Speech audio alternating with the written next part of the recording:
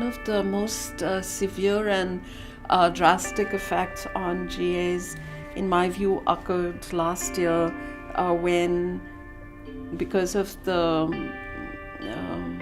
refusal of the state and our governor to release a budget, for incoming students, the university had to write letters to them telling them that their funding was assured only for a year.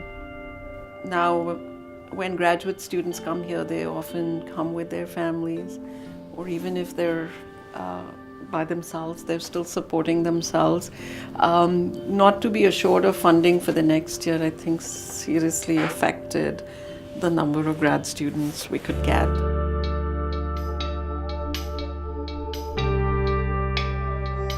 GA assistantship, or the graduate assistantship, is about 11,000 a year.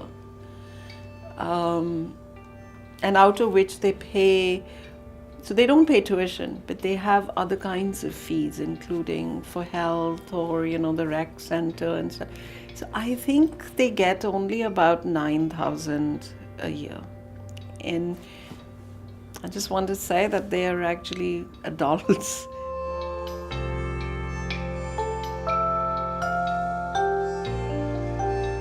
So I would definitely say that my graduate assistantship does not cover all of my bills and living expenses. I only get probably so much to fulfill my basic needs.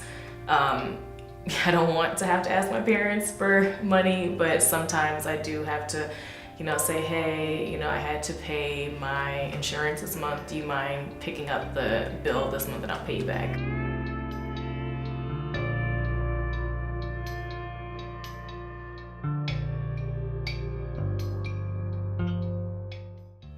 I think cost of living should be adjusted for GAs. I feel bad that they can't rely on health insurance, particularly in the ways which we could.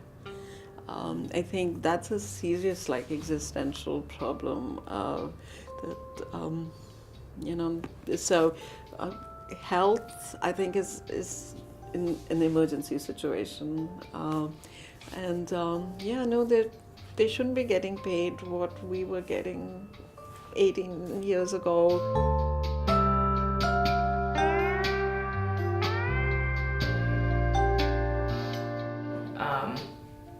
I think a lot of the other TAs have second jobs or try to manage a second job. One that's not too time consuming, but one that also does pay the bills. It's hard, but we have to live and eat and do all that fun stuff. Research creative work needs space and time. You need to be able to immerse yourself if you're going to create something that's new.